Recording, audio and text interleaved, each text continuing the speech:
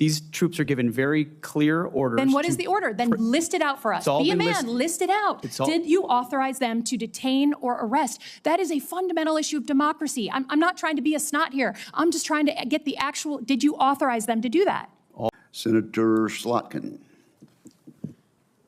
Thank you, Chairman. Mr. Secretary, I said in your hearing, when you had your confirmation hearing, that my biggest concern with you at the helm was the potential use of the military in ways that contradict the Constitution or that taint what I hope we all want, which is an apolitical military.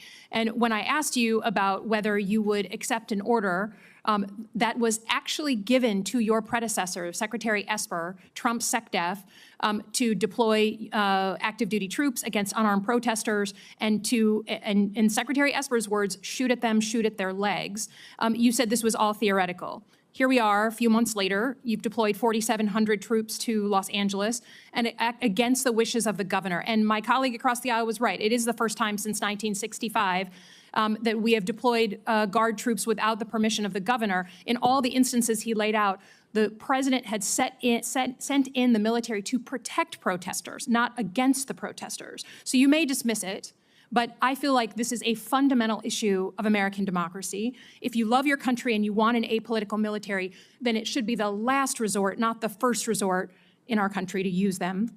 So to get to the non-theoretical, have you authorized the uniformed military to detain or arrest protesters in Los Angeles? Senator, I would just start by saying you're not a protester if you're throwing concrete 100%. at law Arrest those enforcement people, officers. throw them in the jail, 100%. But what you're doing is something different. Everyone knows this is a political decision, right? So we don't trust that you're using the best interests of the military, certainly, and of democracy on top of that. So have you given the order? That's all I want to know. It's not theoretical. For the U.S. military, not law enforcement. They can arrest all day long. That's their job. Do they have the ability, the uniformed military, to arrest and detain protesters currently today?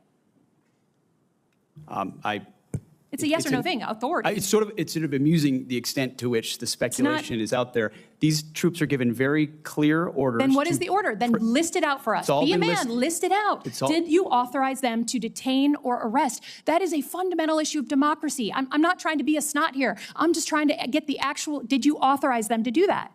You just watched one of the most revealing and uncomfortable exchanges we've seen in a Senate hearing in years.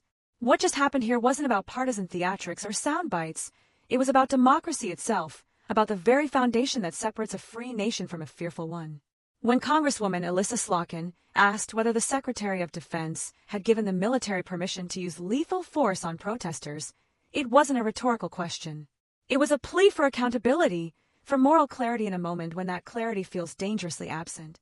Because think about it. When an elected official has to ask if the United States military, our own troops, has been authorized to turn their weapons toward American citizens, something is already broken. Slotkin isn't questioning the military's honor. She's questioning whether political leaders are exploiting that honor for partisan control. This is the heart of her outrage. America's military is meant to defend democracy, not to enforce political fear. She served alongside the military. She's seen firsthand what discipline, courage, and loyalty to the Constitution look like. And so when she sees leaders treating those men and women like a political police force, she's not just alarmed, she's furious. Because that's not patriotism. That's authoritarian drift. Now look at how the Secretary responded, vague, dismissive, hiding behind technicalities. They're there to protect law enforcement, if necessary in self-defense. I'd be careful what you read in books. Every answer avoided the simple truth Slotkin was after. Yes or no, have you given that order? Because a yes would be tyranny, and a no would mean standing up to political pressure. All of these orders and what they're sent there to do are public. They're there so say it. So say it. Yes or no? I'd like to. Please, yes or no? As I've said time and time again through interruption, they're there to protect law enforcement, do they have ICE the ability officers to arrest? who are trying to do their job, deporting illegals who were allowed in by the previous administration. So they cannot arrest and detain citizens of the United States, the uniformed military. As we've stated, if necessary, in their own self-defense, they could temporarily detain and hand over to ICE. But there's no arresting going on. And you know this better than you're trying to play political games. There's no arresting of U.S. personnel. Of the U.S. military against members of the protest. Have you authorized U.S. military cyber tools to investigate people participating in these protests? Yes or no? Certainly in no way that I'd be aware of. Okay, that's good. I love that answer. That's great. Have you given the order to be able to shoot at unarmed protesters in any way? I'm just asking the question. Don't laugh. Like the whole country. And by the way, my colleagues across the aisle. What is that based on? What evidence would you have that an order like that has ever been given? Giving that order to your predecessor, to a Republican Secretary of Defense, who I give a lot of credit to because he didn't accept the order. He had more guts and balls than you because he said, I'm not going to send in the uniformed military to do something that I know in my gut isn't right. He was asked to shoot at their legs. He wrote that in his book. That's not hearsay. So your poo-pooing of this, it just shows you don't understand who we are as a country, who we are. And all of my colleagues across the aisle, especially the ones that served, should want an apolitical military and not want citizens to be scared of their own military. I love the military. I served alongside my whole life, so I'm worried about you tainting it. Have you given the order? Have you given the order that they can use lethal force against honor? I want the answer to be no. Please tell me it's no. Have you given the order? Instead, what we got was evasion, bureaucratic fog meant to dull public outrage. But you can't fog over this moment. This is history repeating its warnings.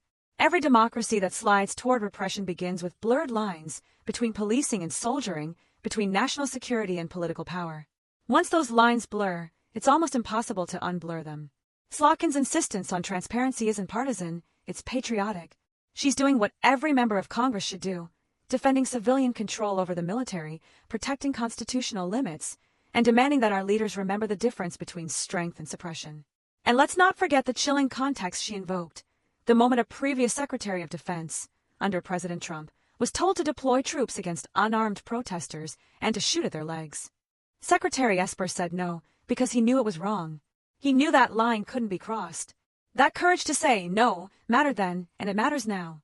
The difference between democracy and dictatorship can literally come down to whether someone in power obeys an unlawful order or rejects it. This exchange is a mirror. It shows us what kind of country we risk becoming if fear overrides freedom. When leaders start deciding that the military can police dissent, democracy starts gasping for air. And when those leaders smirk or dismiss those concerns as political games, it's our job, the public's job, to remind them that this isn't a game at all. It's about whether America remains a government of the people or becomes one ruled by fear of its own armed forces. The deeper lesson here is about civic courage. Slotkin's voice represents a generation of public servants who believe accountability is not antagonism. Asking tough questions is not disrespect. It's the most loyal thing you can do to a democracy. Because if we can't ask these questions now, when troops are being deployed inside our borders, when protest is being treated as provocation, when will we? Senator, I'd be careful what you read in books and believing it, except for the Bible. Oh my God. So your former predecessor, I guess that's not enough for you. Okay, on Iran. I don't think there's a debate, there's like a cat fight going on in your own party about whether to go after Iran. Have you commissioned any day after planning? So any force protection, any use of ground troops in Iran, any cost assessments? Because I don't think we doubt what we can do as a country in the attack. It's the day after with Iraq and Afghanistan that so many of us have learned to be so deeply concerned about. Have you authorized day after planning? As I've said, we have plans for everything, Senator. Okay.